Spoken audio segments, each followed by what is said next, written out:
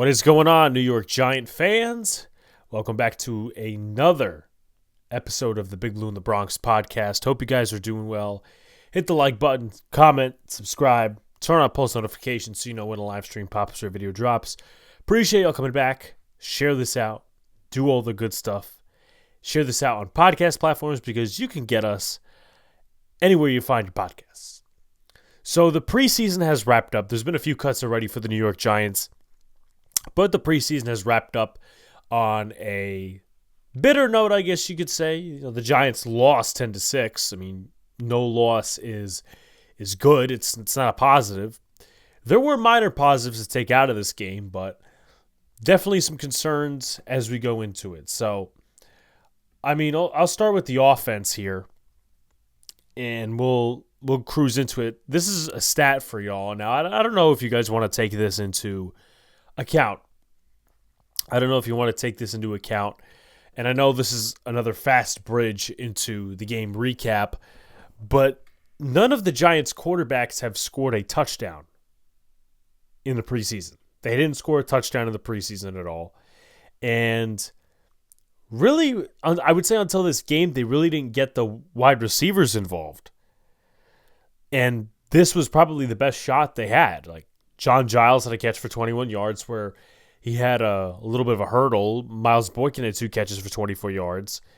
Isaiah McKenzie had 2 catches for 15 yards, and Al Robinson had a catch for 4. Bryce Ford-Wheaton had a catch for 5. But they really didn't do a great job of getting their wide receivers involved this preseason. Now, whether it's quarterback play or the wide receivers separating, I don't know.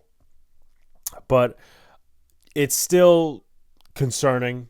But it's not as concerning as the other positions. Now, I'll start with the quarterback room because that's where it all starts in total. The moment Drew Lock hit the field in the training camp period, I said to myself, okay, he does not look great, and he is not going to overtake Jones for that first job. And then he goes in the preseason and does what he does, and he gets injured a week later. Well, actually, no, not even a week later. He gets injured in that same game. And Tommy DeVito pretty much carries out the most quarters of football in the preseason because he had basically, most of the game against the Panthers, the second half against the Texans, and then this full game against the Jets. So the Giants have some interesting decisions to make. Now, whether they base it off of loyalty, they base it off of merit, they base it off of personnel. I don't know because it's going to be real interesting. I know Tommy DeVito had that comment a couple weeks ago. I don't know. I think that'd be quite a risk if they cut me because there's a team that could possibly pick me up on waivers. Well, Tommy DeVito hasn't necessarily had the greatest preseason, but the Giants all around as a full statement, the quarterback room does not look great. Even if you think Daniel Jones is going to be revamped behind this revamped O-line, it's still a concern because Drew Lock, he didn't look good in the preseason, and Tommy DeVito, he's I think he regressed in his pocket presence. I think that was one of the biggest takeaways from this game is that, yeah, he took 8 sacks, which is big in not a good way. And yes, the offensive line was terrible. Josh Azudu was horrible. Evan Neal, we'll get to that stuff. But Tommy DeVito just looked like he didn't have legs in the pocket. Like he couldn't climb. So, again, do I bring up the point about them not blowing plays dead in practice? Do I bring up the point about his pocket presence regressing? I mean, where do we point? Where do we point for this? Because I'm not saying all the quarterbacks in our quarterback room have the same skill set, but it pretty much, except for Locke, and Locke didn't even get a lot of playing time, they take a lot of sacks. Jones takes a lot of sacks. DeVito takes a lot of sacks.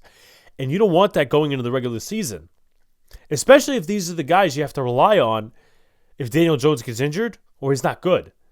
So, cause for concern. Now, I don't know how many good quarterbacks are going to be let out on the market. And the Giants may look to keep 3 quarterbacks. They may look to keep 2 quarterbacks. Personally, I think what they're going to do is keep 3 quarterbacks, and DeVito's going to be one of them, and Locke is going to be one of them, and Daniel Jones is going to be one of them. But I would take a chance on a guy like Mike White, who in a pinch was pretty good for the Jets. Now, he did get injured a little in 22, but, I mean, with garbage receiving core and a garbage O-line and not so great play calling, he did pretty well for Zach Wilson. So I would personally take a shot on him, but I know that they're not going to do that. And Mike White might be better than Drew Lock, but I don't think the Giants want to stampede on the fact that they invested in Drew Lock. They gave him $5 million. And if you cut him, there's a lot of dead cap there. So I don't think they're going to do that, but it is scary to see that this is the quarterback room. It is scary. So that's as far as Tommy DeVito goes. Now, as far as a positive goes, running back, wide receiver room. Again, I mentioned the thing about the wide receivers. No one really stood out. No one has been standing out this preseason, which leads me to think that the Giants are probably keeping their 4 guys.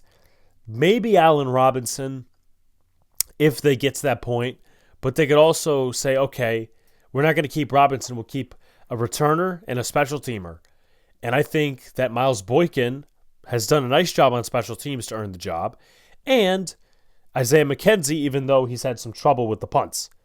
So they could either keep McKenzie, they could release McKenzie and keep Olszewski, or they go out in free agency or the waiver wire and collect a returner. Now, I don't know who that's going to be, but I really don't want to be in this horse race, this merry-go-round of another returner, because the Giants haven't had a consistent returner in a number of years.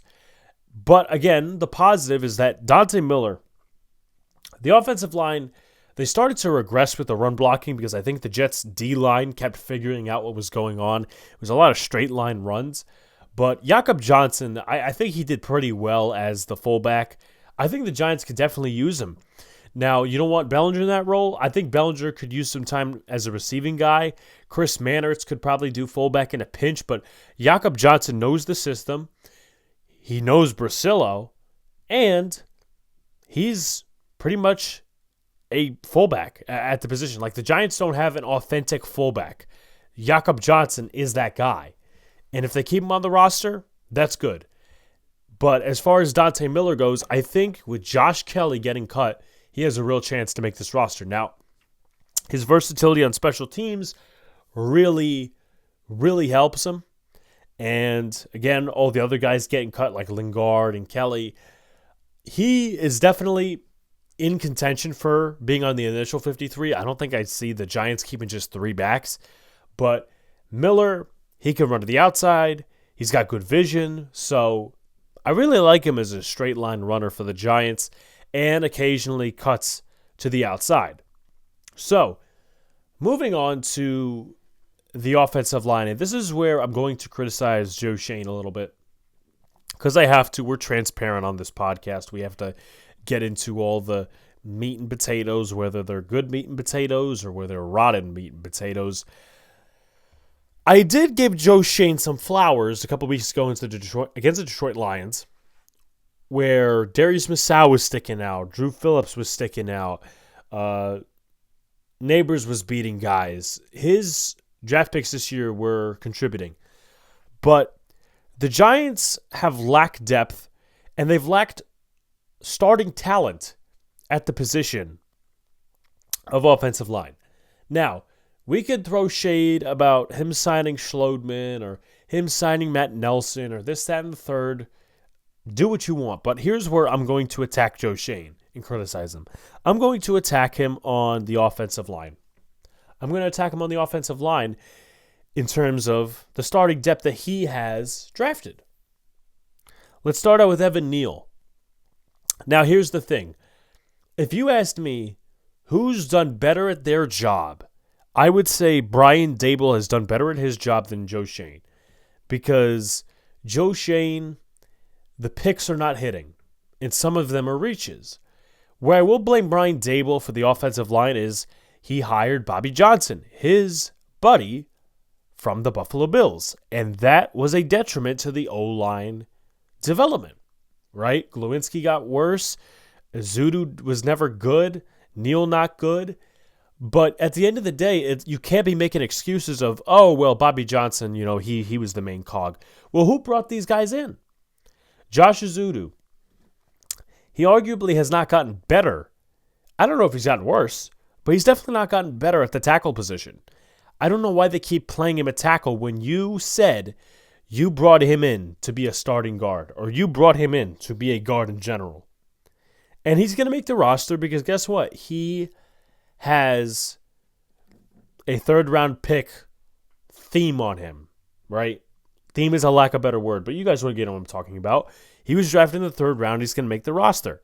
I don't know what it is going to be if you cut him, but I don't think the Giants would want to do that. But starting with Evan Neal, first year, you gave him the rookie excuse. And he had a solid game against the Ravens, and then he gets injured against Jacksonville, and he comes back, and then he's not good. Against Minnesota, he was terrible. Against the Eagles, he was terrible in the playoffs. So that was, okay, it's the rookie excuse. Meanwhile, in week 7, I pointed out to people that Bobby Johnson was not a good O-line coach because he clearly favored scheme over the players. But people said, no, it's okay. He prefers the scheme. That's good. I trust me. I have people saying it, and I could name them, but I'm not going to. So year 2 happens. He's abysmal in the first game. In the second game, he's not very good. He's about maybe below average. In the third game, he's not good. In the fourth game, he's not good.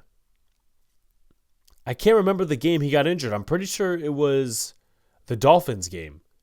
No, it was the Bills game. Against the Dolphins, not very good. And then he gets hurt against Buffalo. So not only do you have a guy that does not play the position very good, you have a guy who's not reliable. And the Giants, for some reason, I guess they're not trying to stretch him into guard. They're not, really concerned on that. But they got to put a place for him somewhere. And he needs to make progress. But right now, let's keep it 100. He's a bust. He is an absolute bust. Now, you could say, Alex, you got to give him time because Bobby Johnson and, the garbage old line. And you got to give him time because, he's got to gel with this group. He can gel on the bench. He better not see a starting snap this year. I know he will, but he better not. Because at the end of the day, the Giants have put themselves in a position where they're focused on winning games more than development. That's what they are. They drafted Malik Neighbors. They kept Daniel Jones. They traded for Brian Burns.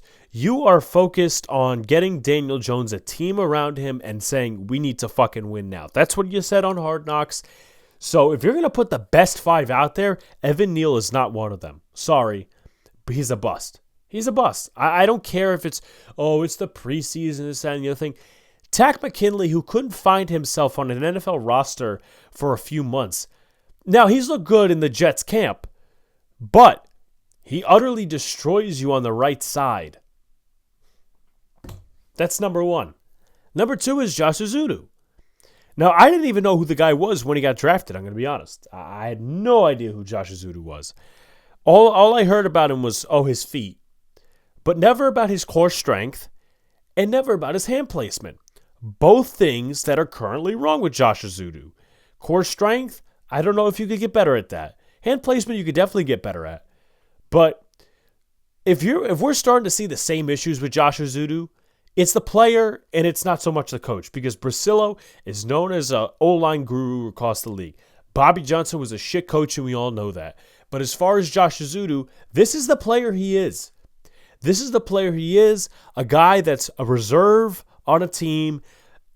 People had him graded at 5th, 6th round talent, but the Giants took him in the 3rd round. And the timeline for him, well, let's see. Week 1, he came in, gave up a big sack to Jeffrey Simmons. Week 2, he didn't play as much. Week 3, he didn't play at all, if I remember.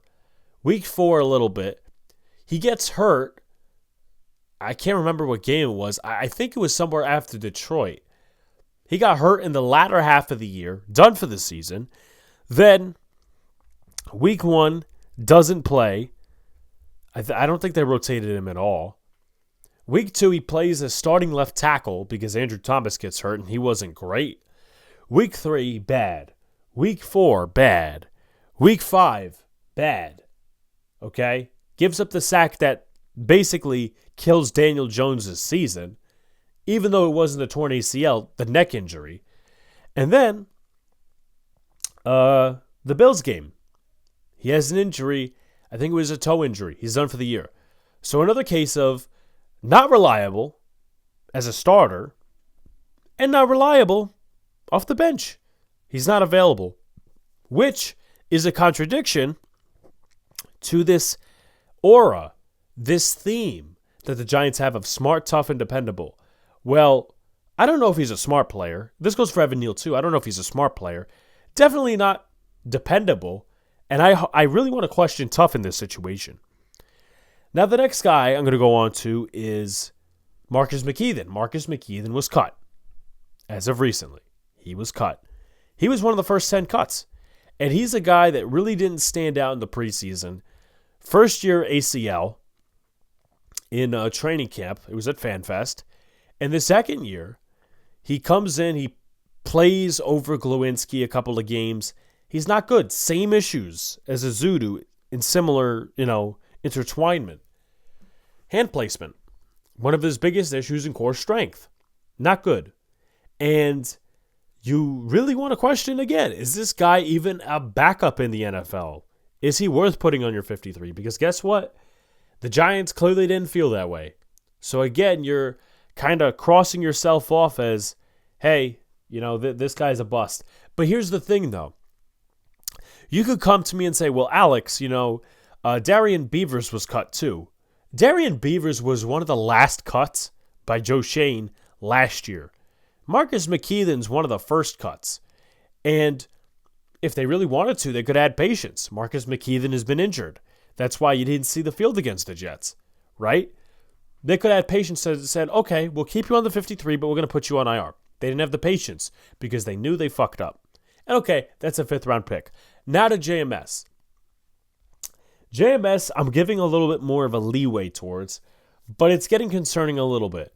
He had a shoulder injury last year, had a shoulder injury in camp, had an ankle injury against the Jets. Now, he's supposed to be fine for week 1, but if this becomes a concern, there goes another draft pick in question. So there's my little tandem on, well, really not a tandem, but a tangent on the Giants, really Joe Shane's O-line picks. Because they haven't been good, folks. They haven't been good. And in year 3, you need to start seeing results. And let's be fair, the results haven't really shown. Have not really shown. Now you move to the defensive line. Elijah Chapman didn't play, neither did Dex or Nacho Roches, so you really had guys trying to carve out roster spots from the back end, probably the last 2 spots. Davidson, I think, got hurt, so he probably didn't play much. Let me just see if he made any tackles, because I could have missed him. DJ Davidson did not play. Okay, so he didn't make a tackle, didn't do anything. He got injured. Groin injury, I believe it was, from the Texans game.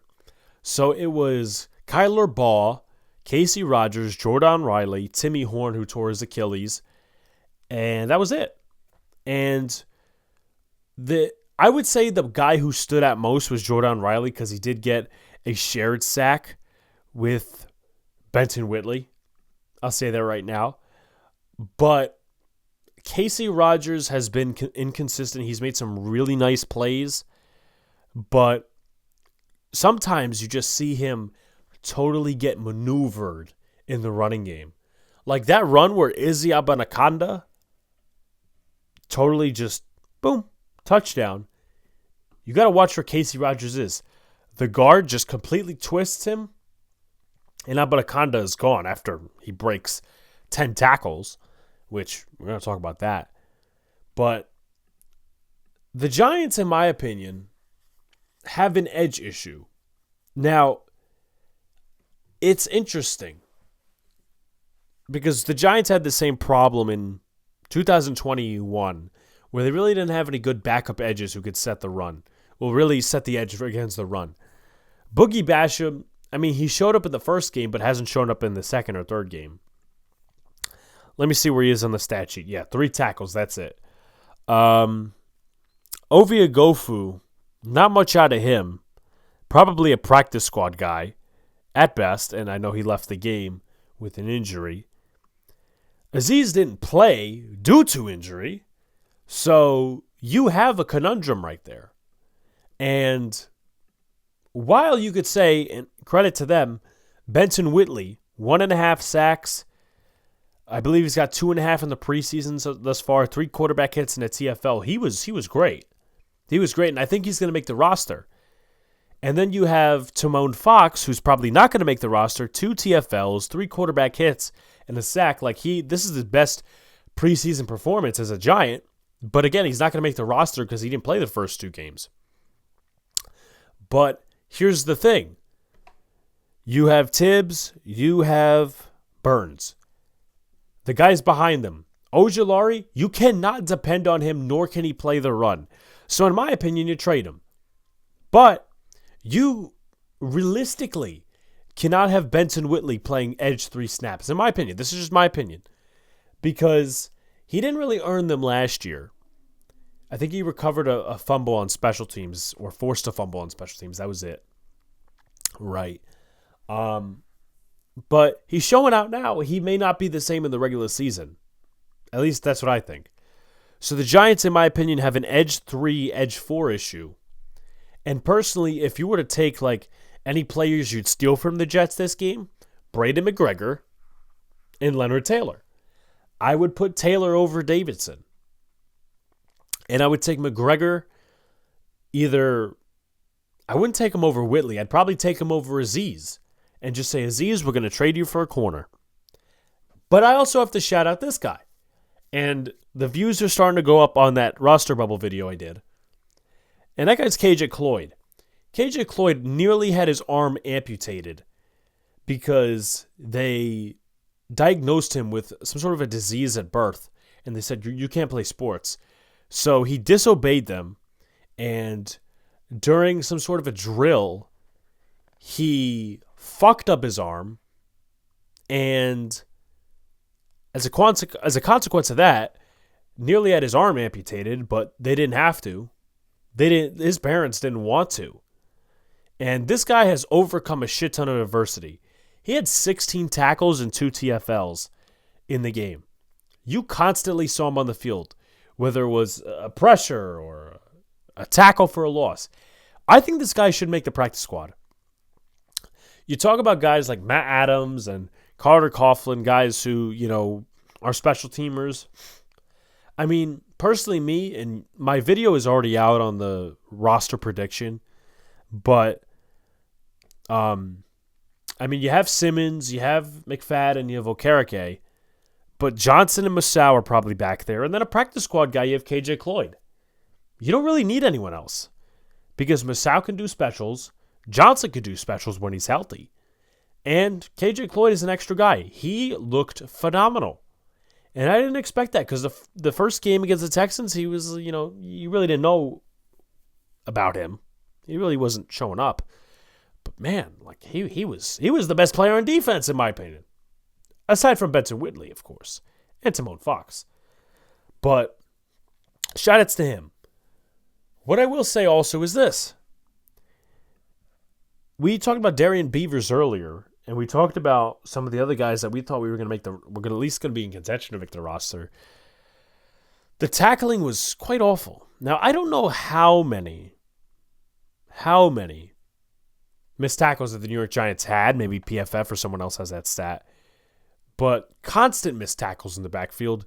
Darian Beavers had a few, so I don't think he's making the roster. And they better not keep him on the roster just to basically say, okay, we drafted this guy. We got to give him another chance. No, because you did the same last year. You caught him. Practice squad if you have to, but KJ Cloyd deserves a spot because KJ Cloyd made plays. Darian Beavers really hasn't this preseason. One of the biggest parts of the game that pissed me off, and I think I had a tweet about this. I said the Giants probably missed more tackles than they actually tackled guys. Now, obviously, that's an over-exaggeration, but it felt like it. Because on that run by Izzy Abanikanda pissed me off. He had several nice runs, right? Izzy Abanikanda, 9 carries, 83 yards. You take 45 from 83. Let's do the math here, fellas, and women too. That's 38. 38 divided by 9. That's 4.2 yards per carry. That's still good. That's still good. And this was a guy, if you heard Matt O'Leary on our show, he said Izzy Abanikanda is probably not making the roster. Well, he just made the Jets' decision a lot harder and the Giants' decision a lot easier on some of those guys that were failing to tackle, Darnay Holmes included, which is really interesting because they've played him more outside than anything in camp. They started him in the slot a little bit against the Jets, but our biggest thing about Darnay was, okay, he was actually a better run defender and a good tackler under Wink. But all that just went to shit in this game because he had multiple missed tackles, including that run where Izzy Abanikanda had a 45-yard touchdown. So this kind of leaks into my other point, the secondary. No one in cornerback 2 stood out, and nobody stands out for depth purposes. Again, I will reference it. If you look at my 53-man prediction, initial 53-man prediction, there is no sense of veteran leadership. You got Andrew Phillips, you got Trey Hawkins, Deontay Banks, Cordell Flott, and Nick McLeod. Those are not veterans. Those are kids. Those are young kids. You need to get a veteran in here. Don't give me this nonsense, and I'm going off on this again because I have to. Don't give me this nonsense, oh, you got to play the young kids, see what's up. No. There is no veteran depth in this room, and nobody stood out. We could talk about, Brian Burns and Tibbs and Dex and Elijah Chapman and the linebackers. We could talk all about that. But guess what? It doesn't matter if you don't have a corner 2. And we still need to find out, personally me, if Deontay Banks is a corner 1. Give him some help. Why are you leaving him on an island for a scheme he wasn't drafted for? It just doesn't make any sense. So the Giants better find somebody to go be that corner 2. It's a shame you even went down to the wire with this because Borders was trash, Holmes wasn't good, Herndon was inconsistent, but you're not putting him on the outside. David Long was okay. I mean, if anything, I see him making the roster out of the guys that we just talked about. Alex Johnson didn't get enough reps at corner to say, okay, he played good or bad. So the Giants have a corner depth issue again. And why are we running into this? This is again, just like quarterback, but let's talk about corner. You wanted to set the record straight and say, okay, we wanted Kamari Lassiter or Kool-Aid. But you proceeded, after they were taken, to take Newbin, which is fine, but you didn't take a corner. You took a slot corner. You didn't take an outside corner. So you can't even say, oh, you tried. No, you didn't try. It was a thought. The action counts. And guess what? That could fuck us in the regular season. Imagine Brandon Ayuk gets traded to traded from San Fran to Washington. Imagine that happens. Imagine some of these other scenarios happen. Look at the Eagles, right? Look at their offense. Look at the Cowboys. I mean, CeeDee Lamb, he's there. They really don't have much else, but I don't really want to be talking about Jalen Tolbert destroying us. That's just fair. So, Joe Shane, you better make a move. And this is, again, why I say that Brian Daboll has done a better job than Joe Shane. And I don't want to be in a position at the end of the year where we have to pick one to fire, we fire both. But facts are facts. You're 3 years in almost, and we're having some of the same issues that Joe Shane had coming in. Like, at least we kind of knew that Aaron Robinson was corner 2 next to Adoree. We don't know who's corner 2 because there are no fucking options on this roster. Don't give me Nick McLeod because they took him for a ride against the Texans. Come on. So, here's the biggest waiver wire and trade concerns, but I'll also go over every cut that has happened as of this recording. Kyler Bow, defensive lineman, cornerback Breon Borders, Safety Clayton Isbell, wide receiver John Giles, wide receiver Ayir Asante, who had a terrible preseason. Running back Joshua Kelly, running back Lorenzo Lingard, offensive lineman Marcus McKeithen, linebacker Trey Kaiser, and let's see, I already covered Asante, so I'm pretty sure I covered it all. Joshua Kelly, yeah. Timmy Horn, tore his Achilles, so he was waived. And also Jonathan Sutherland was let go. The Giants also cut Matt Nelson, which they brought him in, and he looked horrible. Man, I mean, we're talking about this O-line stuff. Horrible. He was not good. And he was supposed to be competing. You know, the beat reporters are saying, "Oh, he was never in contention for this backup tackle spot." That's bullshit. Okay, because if you put a Zudu to the side, if you're just thinking about names coming into training camp, you would think Matt Nelson. Nobody knew who Josh Miles was. We'll see if he makes the roster. Yadni Kajusi was never in serious consideration. Marcellus Johnson is an undrafted free agent, and McKeithen doesn't even stretch out. So that's a lie. That's a disappointment to not have Matt Nelson even vie for a spot. I mean, he was garbage the entire preseason. So the biggest waiver wire and trade concerns, in order, I'll say backup corner and corner 2, swing offensive tackle, and edge 3 and 4. In terms of depth, right? Cornerback, we talked about. Swing offensive tackle. I don't care if Josh Azudu is slated to be this offensive tackle, the swing tackle for the Giants. I'd bring in Tyree Phillips. Yes, he's had his fair share of injuries over the last 2 years, but Phillips is a guy who most of the time is reliable, and he played solid. He played better than Neal, played better than Parrott, played better than Azudu. He could play guard. He could play tackle. That's the definition of a swing offensive tackle, to where the Giants mismanaged it so bad last year that they sent him to another organization just to get better, and then he came back and was decent at the position. So bring Tyree Phillips in. Again, corner 2, backup corner. You need some sort of veteran presence in there. You really do. And, I don't know what the holdup is with signing a guy like Ahkello Witherspoon, who was pretty damn good last year. Again, I don't know why teams aren't in on him. We saw Gilmore go to the Vikings. No one wants to touch Howard because of the off-the-field stuff. But I don't understand. Go after Witherspoon, who played solid last year. Bring him in. Give him a week or 2 to learn the scheme and have him ready for week 1. That's the end of that. And bring in another veteran maybe. Just like someone who's a backup. Who's played some starter level corner. And then after that, boom. And then edge 3 and 4. So, like, comment, subscribe, folks. Turn on post notifications so you know when a live stream pops video drops. Check out my 53-man roster prediction video on YouTube if you haven't already. I appreciate you guys, and I'll talk to you soon.